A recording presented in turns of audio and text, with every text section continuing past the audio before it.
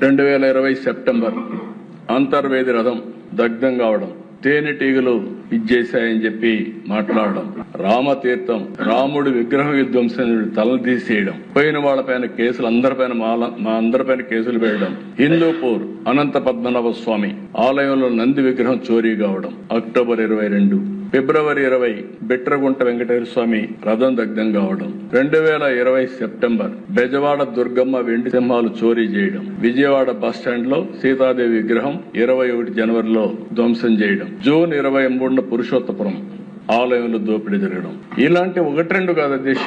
ఇప్పుడు కూడా నాకు కొన్ని అనుమానాలు ఉన్నాయి అధ్యక్ష. అక్కడక్కడ దాడులు చేస్తున్నారు, తప్పించుకుంటున్నారు. నేను ఒకటే ఈ హౌస్ లో చెప్తున్నా, ఎవరైనా దేవాలయాల జోలికొచ్చినా, ప్రార్థనాలయాల జోలికొచ్చినా ఈ ప్రభుత్వం ఎట్టి పరిస్థితుల్లో ఉపేక్షించమని గట్టిగా వార్నింగ్ ఇస్తున్నా, డెమాన్స్ట్రేటివ్ గా చేసి చూపిస్తామని చెప్పి కూడా నేను మీకు తెలియజేస్తున్నా.